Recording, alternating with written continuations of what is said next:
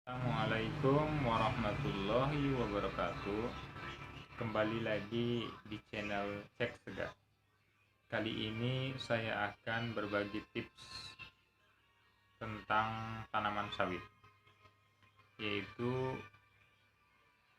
bagaimana supaya tanaman sawit produksinya tinggi. Yang pertama itu adalah bibit. Jenis bibit harus menggunakan bibit unggul, karena bibit unggul itu adalah bibit yang paling baik. Bibit unggul itu biasanya memiliki daya tumbuh sekitar 80%.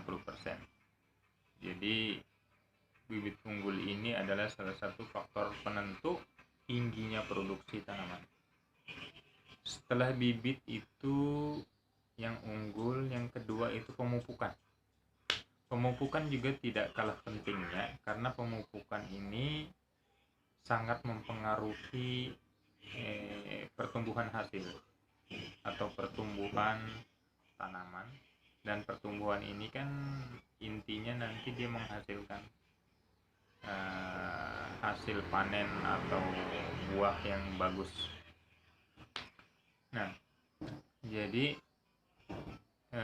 yang harus diperhatikan adalah pertamanya bibit, yang kedua itu pupuk, yang ketiga adalah pengairan irigasi.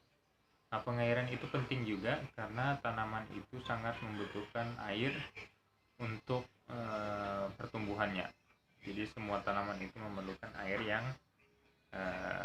cukup lah untuk pertumbuhan, termasuk tanaman sawit ini. Yang keempat itu hama penyakitnya. Nah, hama penyakit tanaman sawit ini ada beberapa macam. Hamanya itu seperti ulat, api, terus.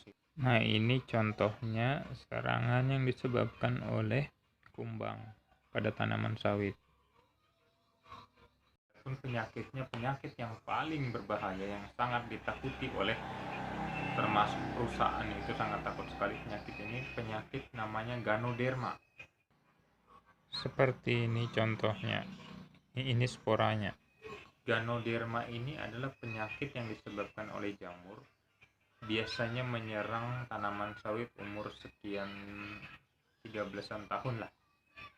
Nah, biasanya penyakit ini menyerang pada saat pohon-pohon bekas tumbangan pada saat pembukaan lahan itu sudah mulai busuk.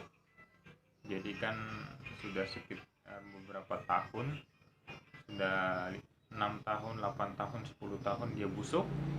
Nah, disitulah awal mula bisa timbulnya penyakit Ganoderma.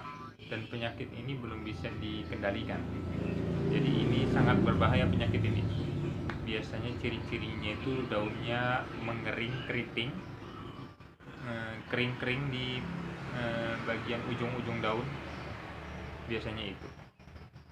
Mungkin sementara tips yang bisa saya bagi ini dulu. Lain kali kita bisa ketemu lagi di lain kesempatan, insyaallah. Kalau ada pertanyaan atau komentar silahkan komen di bawah.